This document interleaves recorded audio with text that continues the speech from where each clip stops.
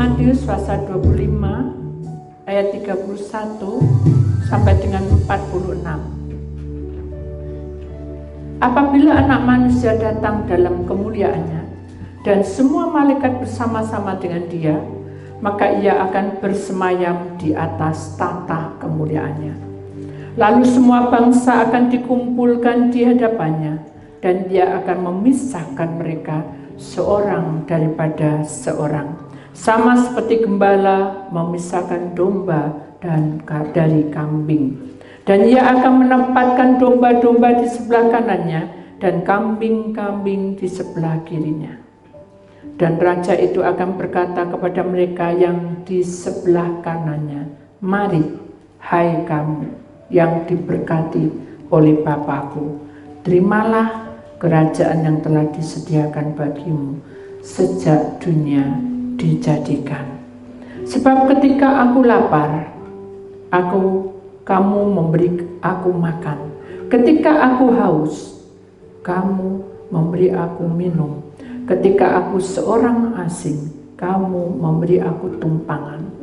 Ketika aku telanjang, kamu memberi aku pakaian. Ketika aku sakit, kamu melawat aku.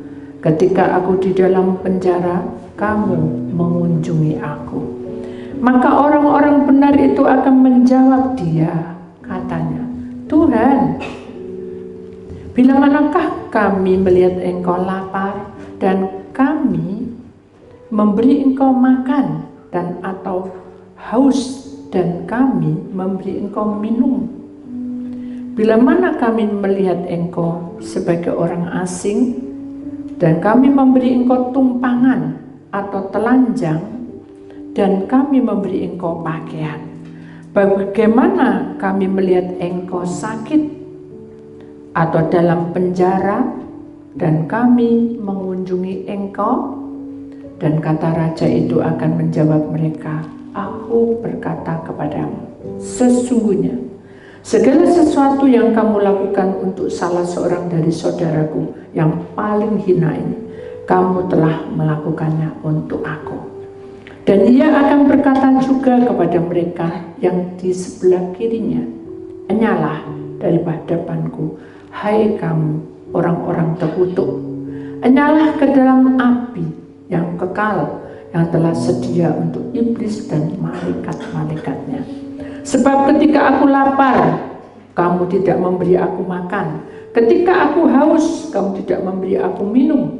Ketika aku seorang asing, kamu tidak memberi aku tumpangan. Ketika aku telanjang, kamu tidak memberi aku pakaian. Ketika aku sakit dan dalam penjara, kamu tidak melawat aku." Lalu mereka pun akan menjawab Dia, katanya, "Tuhan, bila manakah kami melihat Engkau lapar atau haus atau sebagai orang asing atau telanjang atau sakit atau dalam penjara dan kami tidak melayani Engkau?" Maka Ia akan menjawab mereka, "Aku berkata kepadamu, sesungguhnya segala sesuatu yang tidak kamu lakukan untuk salah seorang dari yang paling hina ini, kamu tidak melakukannya juga untuk aku." Dan mereka ini akan masuk ke tempat siksaan yang kekal, tetapi orang benar ke dalam hidup yang kekal. Bapa, terima kasih buat semua kronologi tentang jalan kehidupan yang Tuhan sudah tentukan, yaitu penghakiman terakhir. Hari ini kami letakkan tubuh roh jiwa kami. Sebentar kami hendak mendengarkan sabda firman-Mu. Dan bicaralah Engkau lewat lidah bibir hamba-Mu. Terutama Tuhan, bicaralah Engkau pada saat Engkau menerangkan di film yang pendek tentang penghakiman terakhir. Di dalam nama Tuhan Yesus, Putra Tunggal, yang percaya kita sama-sama berkata, amin. Jangan duduk, kita akan menyaksikan filmnya lebih dulu.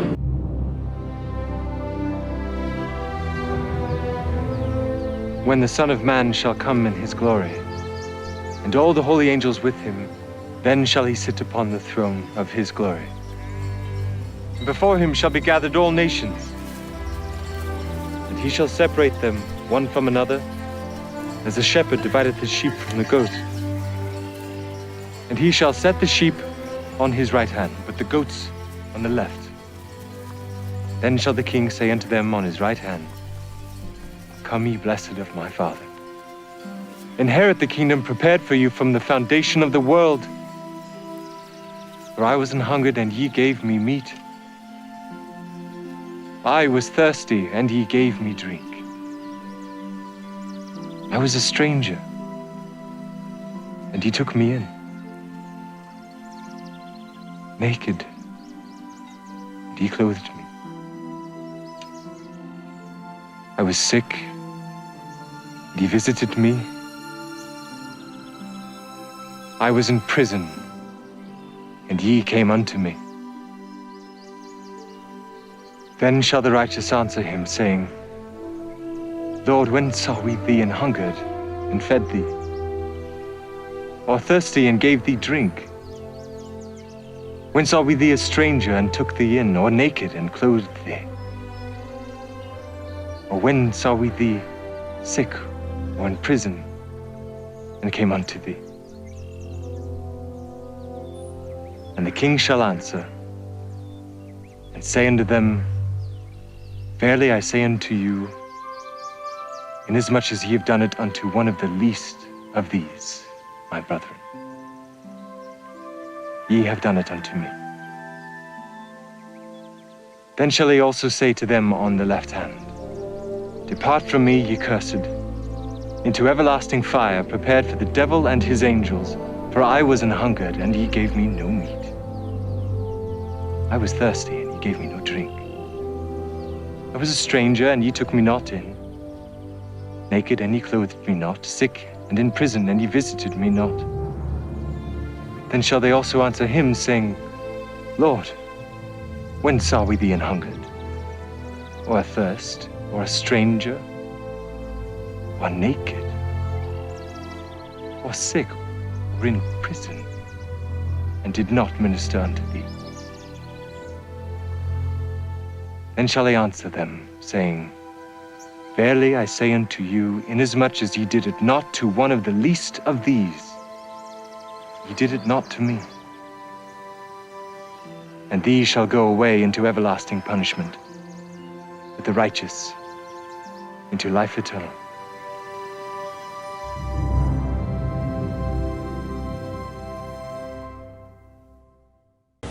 Beri kemuliaan pada Tuhan sekalian.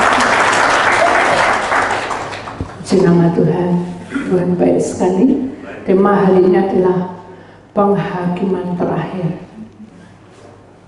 Kita bukan bicara tentang kiamat, saudara, tapi kita bicara tentang dunia roh.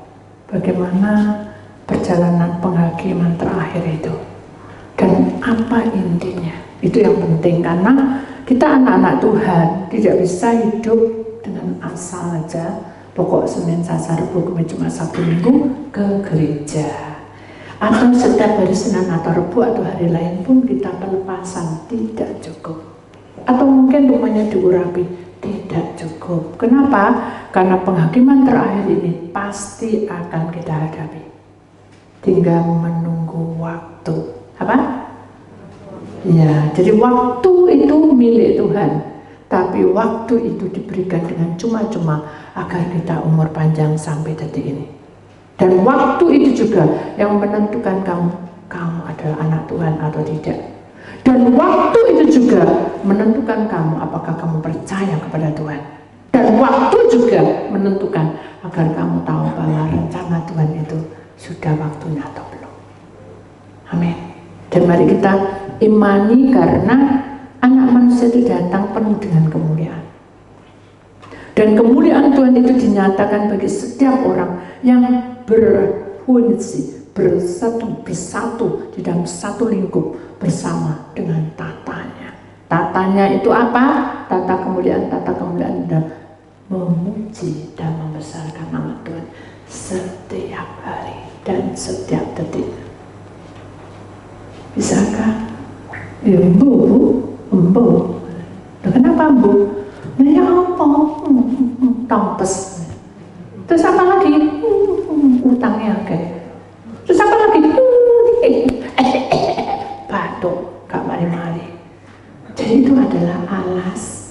alas, bukan alas kaki, sudah. Alasan. Kok bisa kita hidup pakai uang? Betul, pakai uang. Tapi kalau kita tidak berusaha, tidak dapat uang. Dari mana? Tuhan banyak cara, saudara. Hanya kita saja yang harus berjuang dan bergumul. Amin. Gak bisa, hasilnya begini. Tuhan tidak membiarkan hasil itu begitu terus. Memang hidup di dunia ini penuh tantangan, membuat kita kecewa dan hancur hati. Tapi ingat bahwa anak manusia bersemayam di tata kemuliaan. Dan kita ingat ini sesuai dengan firman Tuhan, bukan aliran sesat ini, sesuai dengan firman. Lalu semua bangsa akan dikumpulkan di hadapannya. Jadi seluruh dunia ini memuji dan memuliakan nama Tuhan. Itu kan alamat. Kenapa? Karena di sini dikatakan bahwa aku akan memisahkan. Dengar? Aku akan memisahkan. Berarti ada perpisahan antara domba dan kambing. Itu berarti tandanya apa? Antara anak manusia yang dibeli oleh Allah dengan anak setan. Kok bisa tahu? Ya nanti hasilnya buahnya ada, saudara. Jadi marilah kita tidak memikirkan buahnya, tapi kita mau masuk di dalam kehendak Allah, di mana kita menjadi domba-domba yang di sebelah kanan. Domba-domba yang di sebelah kanan ini yang diperhatikan oleh Allah Bapa. Kenapa? Karena itu sesuai dengan firman-Nya, sesuai dengan jalur Bapa di surga. Makanya di sini katakan, dan raja itu akan berkata kepada mereka yang di sebelah kanan, mari hai kamu yang diberkati oleh Bapakku, terimalah kerajaan yang telah disediakan bagimu sejak dengarkan, bukan sejak kamu kenal atau sejak kamu cinta Tuhan, sejak apa ini? Dunia dijadikan. Jadi bukan sejak kamu cinta Tuhan. Sejak dunia diciptakan, Allah Bapa sudah mengundang kita untuk bersama-sama duduk semeja dengannya. Ajaib. Halo, dasar Tuhan Yesus baik, Allah Bapa baik. Tinggallah manusia yang kita ketahui di sini, saudara. Ingat, Tuhan membeberkan kiasan, saudara. Kalau secara logika itu kewajiban. Ketika aku lapar, kamu memberi makan, itu kewajiban. Dengarkan. Ketika aku haus, kamu memberi aku minum, itu kewajiban. Ketika aku seorang asing, kamu memberi tumpangan, itu kewajiban. Menolong orang itu, saudara. Ketika aku telanjang, kamu memberi aku pakaian, itu kewajiban. Ketika aku sakit, kamu melawat aku. Ketika aku di dalam penjara, kamu mengunjungi aku. Itu adalah kewajiban sebagai anak-anak Tuhan.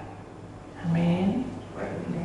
Tapi yang sesungguhnya di dalam roh, saudara lebih perhatikan lagi, karena ini mengenai hidupmu, tubuhmu, rohmu dan jiwamu. Jadi manusia yang sudah mengenal Tuhan harus memiliki tubuh, roh dan jiwa. Iku ilmunya Bu Titi, saya tidak punya ilmu, saudara. Karena tubuh, roh, jiwa itu sesuai dengan firman Tuhan. Jelas? Jadi saudara, kalau nerangkan, apa sih Bu Titi senangan tubuh, roh, jiwa, tubuh, roh, jiwa. Nah, memang kita harus seperti itu. Masa kita tidak mau nerangkan? Kita harus ingat tubuh, roh, jiwa itu diingat terus, saudara. Supaya apa? Supaya kita tidak kebobolan maling. Siapa malingnya? Setan. Siapa yang merampas kebahagiaan? Setan. Siapa yang mengambil ekonomimu, keuanganmu? Setan. Siapa yang membuat penyakit? Setan, saudara. Mari kita imani bahwa roh kebenaran itu akan menguasai hidup kita. Masuk di dalam dunia roh, saudara. Sebab ketika aku lapar, kamu memberi makan. Kalau di dalam dunia roh, lapar itu adalah orang yang betul-betul jatuh cinta sama Tuhan. Apa-apa berdoa, apa-apa berdoa, apa-apa muji Tuhan, apa-apa meneteskan air mata. itu lapar. Dan kalau kita sudah melihat orang seperti itu, apakah kita tidak memberi makan? Memberi makan adalah firman-Nya. Kita harus memberikan pengarahan nasihat. Istri kita ketika mencintai Tuhan sungguh-sungguh, dan jangan dibiarkan. Wes, puji Tuhan, istriku sudah ikut Tuhan, baru selesai. Gak bisa. Harus diberi makan, dipupui, supaya tanaman itu berbuah dan berbuah. Jangan biarkan nanti kering. Bisa kering, bisa. Dia bisa luka batin, bisa. Makanya harus diberi makan. Apa? Firman Tuhan. Aku kira apa firman Tuhan? Gak tahu apa-apa. Loh, perbuatanmu itu loh adalah firman. Firman itu adalah manusia yang menjelma menjadi manusia. Itu Yesus Kristus. Ketika kamu percaya padanya, maka itu adalah makananmu sehari-hari, sehingga hidupmu menjadi Kristus, terang-terang Kristus. Jadi istri akan percaya, oh kayak gini ya suamiku cinta Tuhan, aku bangga. Nah itu sudah. Tentu jangan siapa aku dulu, oh enggak perlu gitu sudah. Justru sudah disanjung tinggi, sudah dihargai, justru sudah harus hati-hati, jangan kepericuk sudah jalannya. Tahu maksudnya? Kalau kita sudah mencintai Tuhan sungguh-sungguh, bisa kita ngomel-ngomel marah-marah besar? Boleh? Boleh sama banting-banting boleh? Ketika kita menjadi terang Kristus, kita harus punya terang yang mengayomi istri, suami, anak, mantu, cucu, gitu. Mungkin dalam hati kita berontak karena orang-orang yang kita cinta itu pada ngarepe dhewe. Tapi kita harus tekun apa? Tekun apa ini? Mendoakan. Tetap memuji nama Tuhan walaupun hati tidak enak. Kita memberi makan, membuktikan, ini loh aku anak Tuhan. Tak doa loh kamu seperti Ayub. Ayub sudah memberi makan anak-anaknya yang 10 yang kurang ajar itu. Dalam hati dia tidak bertanggung jawab anak-anaknya, tapi tetap Ayub mendoakan, memberi makan. Tapi yang menolak siapa? Anak-anaknya. Akhirnya apa? Mati terbakar. Jadi itu hak Tuhan. Jadi kalau kita sudah mantu dan cucu, uang sudah kita serah. Bukarkan, meskipun urusan enggak, bukan gitu. Kita harus lapar itu, kita harus memberi makan, memberikan apa ya? Memberikan spot semangat. Oh berdoa, senang sama Tuhan. Itu intinya gitu. Mungkin kita tidak bisa bertanggung jawab sepenuhnya, saudara, karena kita sudah mendekati faktor umur, pelupa, pemarah, betul enggak? Mangkel, tiba-tiba jengkel, tiba-tiba ingat sesuatu. Itulah orang tua. Tapi anak muda, ya itu bukan malas, jadi tenang-tenang aja, gitu aja dipikir gitu. Mari kita tahu bahwa aku lapar, kamu harus memberi makan. Orang di sekitar kita itu lapar, perlu terang Kristus mengenyangkan. Kemudian ketika aku haus, kamu memberi aku minum. Haus itu apa? Haus itu seperti apa? Kekurangan, saudara. Duh, ya apa ya? Aku ini sepi, ya apa ya? Aku nggak bisa melanjutin kayak gini. Ya haus. Kita kasih minum air kehidupan yang tidak pernah berhenti mengeluarkan sumber mata air. Percaya, berserah sama Tuhan. Dibentak mungkin, percaya, ngomong enak, pinter ya ngomong. Apa-apa jamu kita. Bukan, saya ini tulus loh ngomong. Ya sudah, jangan diterus-terus, nanti jadi geger. Udah biarin aja di doa. Itu namanya memberi apa? Minum supaya dia tidak kehausan. Jangan salah, memberi minum kayak uang, terus kayak uang. Hanya apa? Marah-marah orangnya.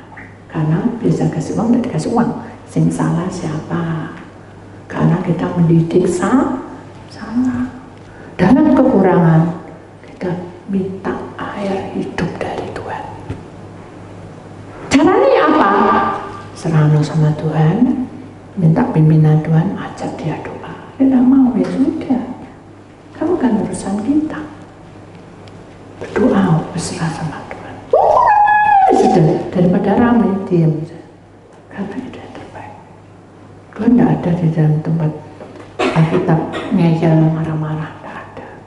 Wah, dibilangin sama orang Farisi, apa kamu sesat kalian selalu? Dia tentang, wah, kok dia Allah? Tidak ada. Dia tenang kalau bicara. Kita belajar dari Yesus, amin. Tapi tidak boleh sok, pinter, apa sama firman Tuhan, dikuat, tapi perbuatan dia tidak sama. Ya, bodoh aja, saudara. Tumbul tutup. Ada seorang anak kecil sering saya katakan, kamu jangan ngerokok ya nak, kalau ngerokok jantungmu, paru-parumu, krowak, yang aja anaknya jawab, lalu papa bi, yo, papa ngambil 2 pak, 3 pak sampai habis seminggu itu paru-parunya tidak krowak lah, malu kan? Itu juga doktrin kayak gitu, ketika kita memberi nasihat ke diri kita sendiri, banyak hal yang terjadi tidak sesuai dengan firman Tuhan, tidak bisa, saudara. Kita aja sebagai orang tua bilang sama anak muda susah loh, saudara. Kita butuh waktu untuk puasa, bukan puasa nurut, bukan. Ajari saya, beri hikmat untuk bicara dengan anak muda. Karena orang tua tidak ada harganya, saudara. Tapi ingat, ketika aku haus, kamu akan memberi aku minum. Terus kumandangkan air hidup dari Tuhan itu, ya dan amin. Amin. Itu lanjutkan, teruskan, saudara. Kemudian ketika aku seorang asing, kamu memberi aku tumpahan. Orang asing itu apa? Orang yang tidak mengerti apa-apa tentang kebenaran, saudara. Tahu nih, kayak ini lampu merah, berhenti. Ini lampu hijau, jalan. Lampu kuning, ayo istirahat sebentar. Cuma itu tak. Tapi artinya apa? Tidak tahu kita. Itu namanya orang yang telanjang. Orang yang dosa itu telanjang. Hidupnya telanjang. Tidak berpakaian kudus. Itu dunia roh. Jadi kalau kita lihat dalam dunia roh, saya mengerikan. Saya bukan menghakimi, tapi kadang-kala ada sesuatu kelihatan. Tidak ada yang tersembunyi di hadapan Allah. Budik sakti, bisa melihat orang. Bukan, saya juga manusia. Tapi kalau Tuhan sudah membuka kronologi orang itu, buka semua. Dan tidak ada tersembunyi. Hanya orang yang ngomong, kenapa dibuka? Karena dia tidak percaya. Buka semuanya. Dari tahun ke tahun. Melungker, tadinya gitu saja. Tapi saya diem. Siapa kamu? Namanya siapa? Masih muda kayak gini, dari pendeta. Jadi meja digini no. Dempal dia. Saya bilang ada Tuhan, ada aku datang dari mati saya. Tapi saya tidak berani ngomong. Ya, tapi ndredeg saja. Jadi apa mau digitu no, saudara? Diundang di sini, no itu mau dah, saudara. Diundang ya baik-baik, ini tidak baik, saudara. Duduk. Duduk, tadi berdiri, saudara. Duduk, belum, saya lepas saya tuh ya apa nih, udah aku mimpi, oh semalam dah. Saya tidak bilang itu, saya cuma bilang gini, Tuhan, hanya Engkau yang maju, bukan saya. Saya tidak berak, saya tidak bisa ngomong, saya itu tidak pintar ngomong. Tuhan yang bicara.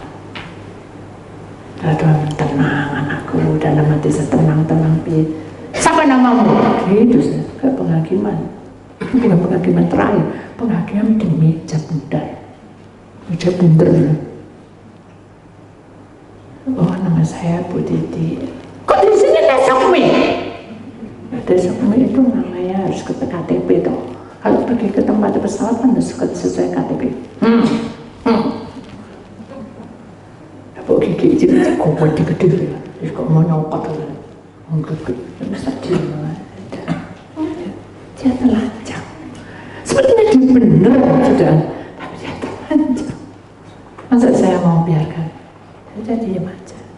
Wah, bu kiri kanan kiri bukan, wah masuk kanan kiri, masuk telinga kiri ke mana? Telinga kanan enggak, saya simpan Tuhan bicara.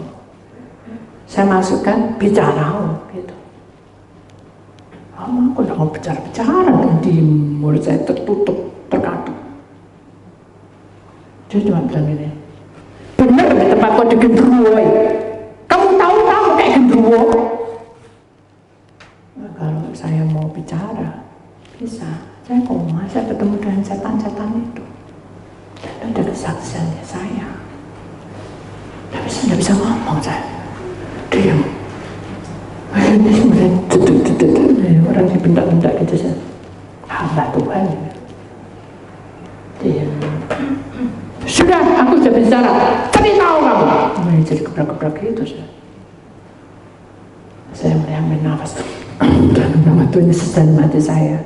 Sampai saya ngomong, dia berdoa. Saya tidak bisa.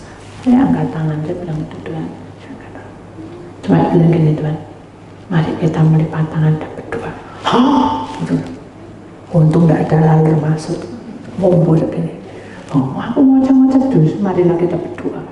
Itu kesaksian istri dia bilang. Mayat pendetamu. Marilah kita berdoa. Aku ngoceh-ngoceh gini. Marilah kita berdoa. Berdoa. Nangis dia saja. Saya berdoa. Buka kronologinya. Kamu itu begini. Dari kecil kamu begini. Mamamu itu menyebut semua kronologi buka. Saya kan gak perlu cerita di sini saja. Jadi mamanya ngambil noti susunya sampai sapak aja. Baru saya tahu, ya dia telanjang benar-benar dilucuti sama Tuhan. Dia teman-teman. Ketika orang telanjang dan dilucuti oleh Tuhan, dia pasti berubah.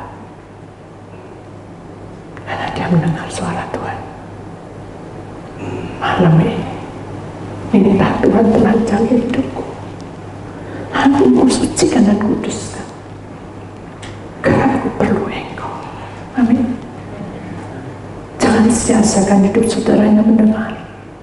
Tapi mau sejak ditelanjangi perbuatan-perbuatan kita.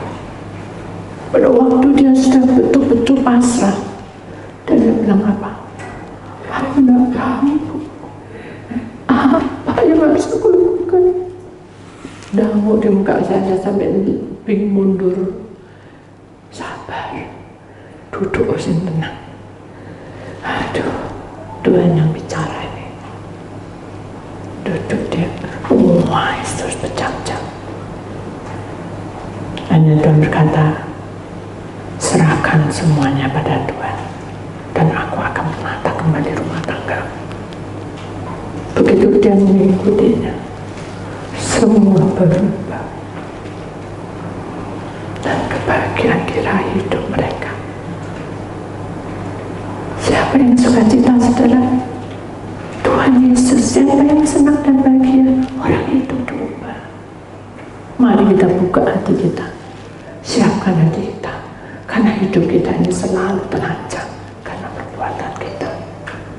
Mari kita ingat kembali ke firman Tuhan. Jadi seorang yang asing itu, seorang yang tidak mengenal, dan kita perlu tumpangan, dan orang yang telanjang itu kita beri pakaian.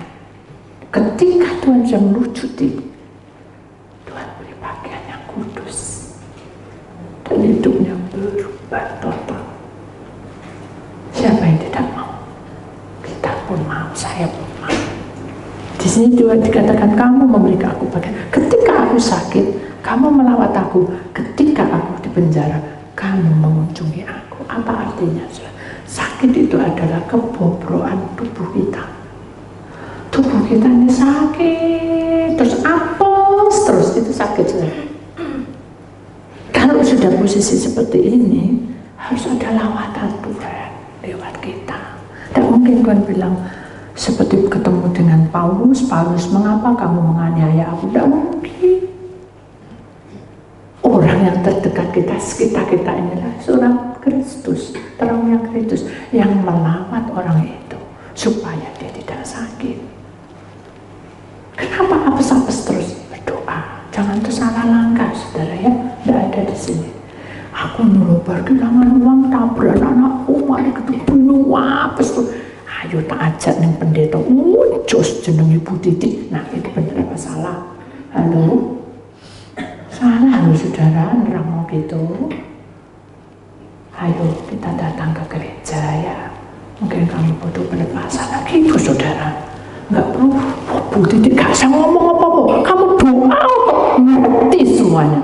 Saya bukan dukun, saudara. Dan bukan seperti apa itu meramal. Saya sama dengan saudara. Amin. Tidak mengandalkan manusia, andalkan Roh Allah di tengah-tengah hidup kita. Kita siap dipakai. Amin.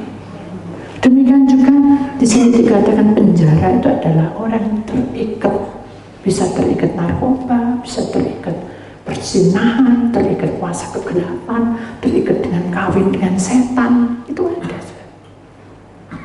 Suatu ketika suami ini meninggal, saya di rumah itu merasa kok aneh ya. Peti ini sudah di tengah dan saya doa, kok di belakang tuh kok kumpiangan gitu, kayak ada suara yang kumpiang blok. Jadi kayak ada tabuhan gitu, tapi bukan gending, bukan. Saya bingung apa ya ini. Ya sudahlah, banyak orang mungkin kita mau tanya jawab, istrinya nangis terus. Selama 40 hari kemudian kita dipanggil lagi, diundang. Gitu lagi, bung. Hanya saya tanya, maaf ya, kan dia sudah tenang. Saya merasa bahwa rumahnya ada sesuatu, ya. Bisa nggak kita doa puasa? Nah, selalu di sini, dimanapun orang kalau berpuasa berapa hari, itu sudah nggak tahu 3 hari, nggak tahu 40 hari. 3 hari saya bisa, 40 hari, wah awakku jadi kurus nanti. Enggak lah, kurusnya enggak lah. Ya, ada kepikiran ya bisa. Buktinya saya puasa juga ya kamu subur, ya subur gak subur enggak urusan, saudara. Yang penting adalah kita puasa tiap hari sampai 40 hari. Ya sudah, hanya puasa dah. 3 hari tidak dijawab oleh Tuhan. 40 hari kemudian, di 80 hari kan mau 100 hari, orang bilang 100 hari, saya bilang jangan hitung 100 hari, sudah nanti aja, yang penting kita doa puasa. Hari yang ke-40 saya dibuka sama Tuhan, ternyata ada tombak yang percaya mengelilingi rumah itu.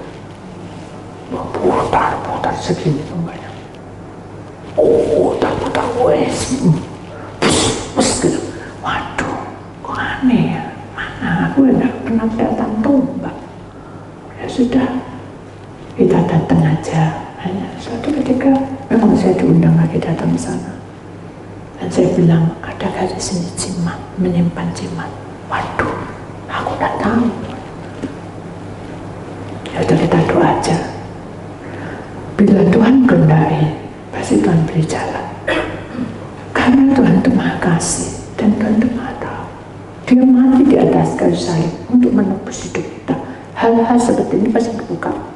Sama, ketika kita sakit, Tuhan itu di atas segala-galanya. Dia mati di kayu salib untuk menanggung segala penyakit. Jadi kita imani itu. Hanya sudah berdoa. Berdoa penyembahan. Orang ini tiba-tiba berdoa bahasa roh. Wes pokoknya bahasa roh. Begitu amin, dia tanya saya tadinya berdoa dengan cara apa ya? Loh, mana aku tahu dalam hati saya. Terus saya bilang, ya sudah berdoa aja terus sampai Tuhan membuka jalan. Karena saya tidak tahu apa yang saya lakukan. Saya berdoa. Setiap kali berdoa dia berbahasa. Bahasanya juga bahasa roh. Sepertinya bahasa roh. Akhirnya dengan singkat waktu sudah pada waktu kita doa untuk bestonan yang kedua. Wah, suasana rumah itu sudah beda. Menurut pandangan saya, rumah itu penuh dengan bunga semua. Bunga kematian. Loh, kan aneh ya. Ini kan gak ada apa-apa harusnya rumah ini, kok aneh. Saya masuk, loh, kok ada baskom besar gitu. Baskom yang untuk mandi orang bisa masuk. Duh, kok ada baskom? Saya buka matanya baru-baru kelihatan sudah. Saya lihat kiri kanan, kok mereka juga kok gak ada heran gitu, ada baskom. Kita tidak tahu lah, besar. Waktu kita berdoa penyembah, tiba-tiba ada keris jalan, terus orang masuk ke tempat itu dan berkata, aku minta dimandikan. Tuh, saya lihat kiri kanan, tuh gak ada yang kaget. Kok saya terus yang kaget?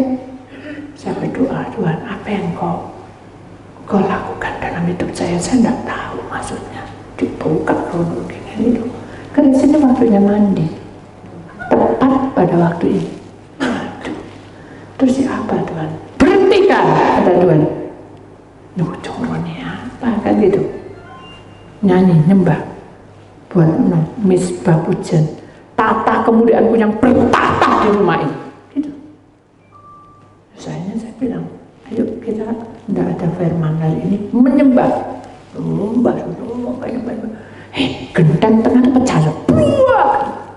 Juga halilintar, waget semua. Orang semua nyanyinya biasanya, ku mau cinta Yesus. Biasa kan orang cekingesan, begitu buah. Ku mau cinta Yesus selamanya. Ku mau cinta Yesus. Mana saudara lebih sungguh-sungguh? Ku mau cinta Yesus. Kau fokus saudara, kenapa?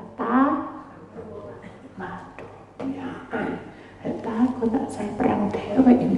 Mereka takut semua, pucat semua, terus semua nyidek ke saya, jadi deketin saya. Jadi terus tadinya lingkaran semua mepet ke saya semua. Nah ini lubang, nah ini piye gitu. Itu logika saya.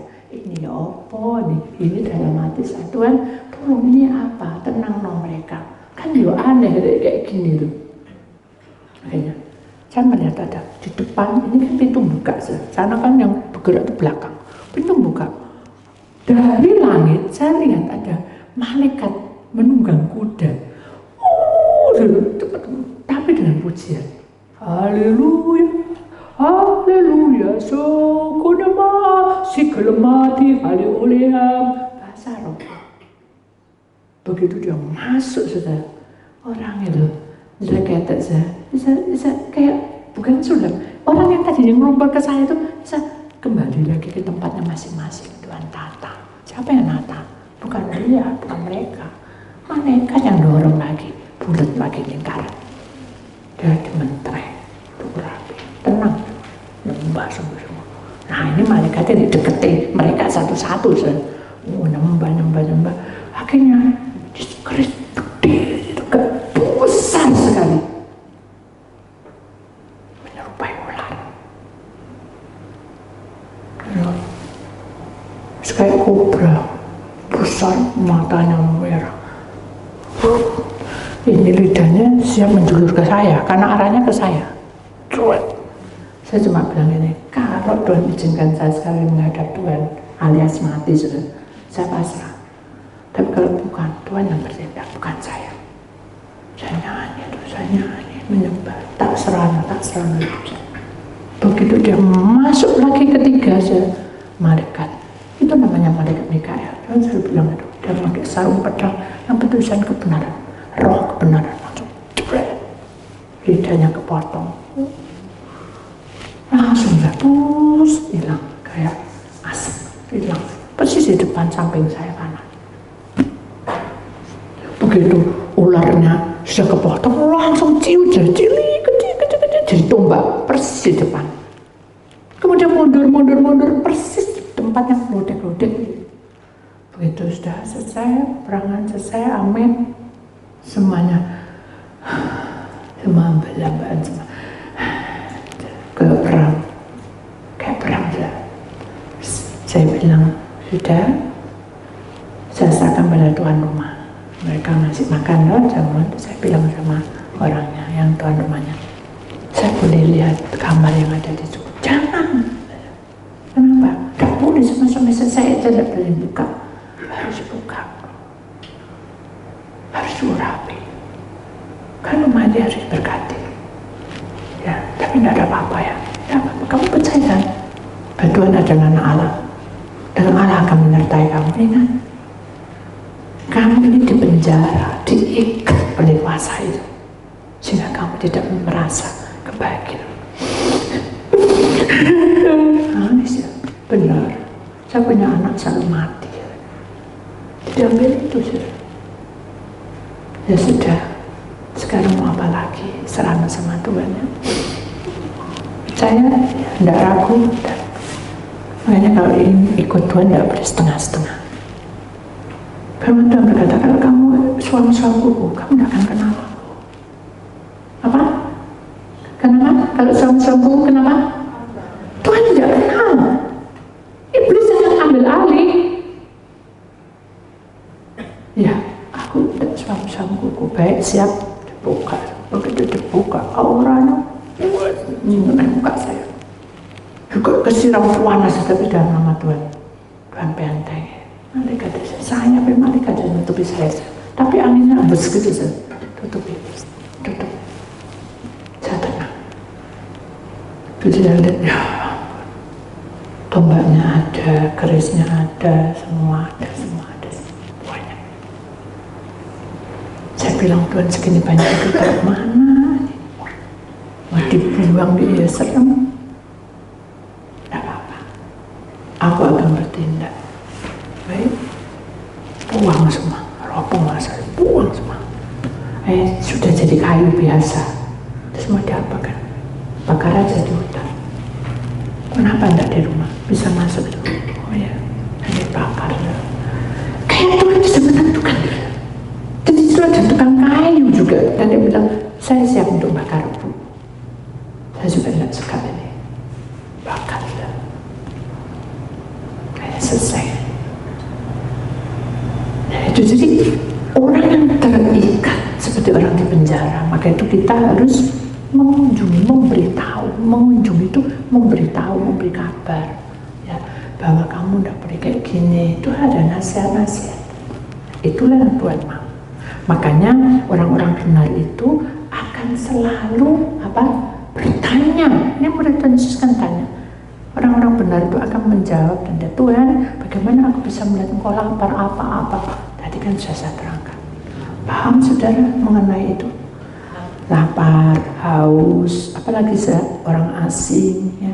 Bahkan istri telanjang dan sakit dan di penjara. Sudah paham ya semua? Itu dunia roh. Jadi saudara harus paham itu. Amin. Kita tahu bahwa rencana Tuhan itu selalu ya dan amin. Kita lihat gambar penghakiman terakhir lebih dulu. Itu ada sosok roh yang menguasai dunia, dan itulah penguasa kegelapan.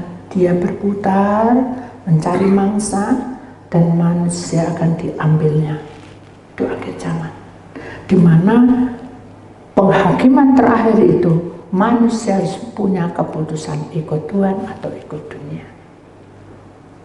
Sekarang ini, karena kamu sudah tahu kebenaran, kamu mau apa? Ikut kesenangan dunia, silakan. Kalau ikut Tuhan, kamu tahu bahwa Tuhan tidak ingin kita masuk ke arah ini.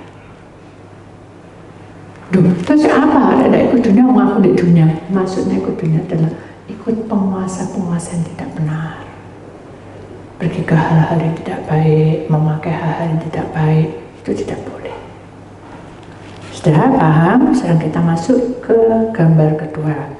Matius pasal 25 ayat 34. Dan raja itu akan berkata kepada mereka yang di sebelah kanannya, mari, hai kamu yang diberkati oleh Bapakku, terimalah kerajaan yang telah disediakan bagimu bukan sejak kamu kenal Tuhan, sejak dunia dijadikan. Berarti ini adalah kekal dan abadi.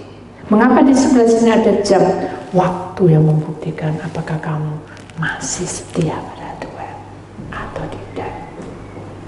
Amin. Kita harus lewati karena Tuhan punya kuasa atas hidup kita. Kemudian kita lihat kata-kata yang terakhir, saudara. Pertualang melintas waktu dari ruang melalui kebahagiaan dan kesedihan. Di sini ada suka, ada ada duka, ada siang, ada malam, ada terang, ada gelap. Jadi melintasi waktu dan ruang. Kamu mau milih yang mana, saudara? Mau, oh aku masih muda, aku tak senang-senang dulu bu. Ojo diterusno ya, jangan diterusnya, yang muda juga banyak yang mati. Ya toh, mendadak masuk mana? Ya masuk neraka, saudara. Tidak ada penghakiman tiba. Apa kerjamu di bumi? Aku diung-diungan terus. Tidak bisa masuk. Betul enggak? Mulai sekarang siapkan melintasi waktu dan ruang. Kita harus mengambil keputusan. Kebahagiaan dan kesedihan harus kita lewati dengan perjuangan yang gigih bersama dengan Tuhan Yesus ya. Oh aku sudah tua, gak berguna, anak-anakku gak gini. Tidak apa-apa, yang penting kamu cinta Tuhan, itu yang penting. Melintasi waktu dan ruang. Umurmu bertambah, kamu harus melintasi waktu. Keputusanmu harus tepat dan tidak boleh bengkok lagi. Amin. Kemudian dikatakan, namun dalam kebersamaan dengan Tuhan kita temukan. Jadi kalau kita terus masuk dalam kebenaran Tuhan, dunia boleh hancur, boleh begini begitu, menjempalik sana sini. Ingat, ketika kita bersama dengan Tuhan Yesus, kita akan menemukan apa di sini? Kedamaian, kasih, dan harapan. Apa kedamaian itu? Hatimu akan tetap teduh. Di sini dikatakan teduh. Apa kasih itu? Hukum kasih itu adalah mengampuni dan rela. Kemudian apa harapanmu? Harapan kita adalah kita punya tiket di surga, dan harapan kita adalah hidup kita ke masa depan dalam genggaman tangannya. Amin. Mari kita melintasi waktu ini dengan kebenaran yang Tuhan sudah berikan pada kita malam ini.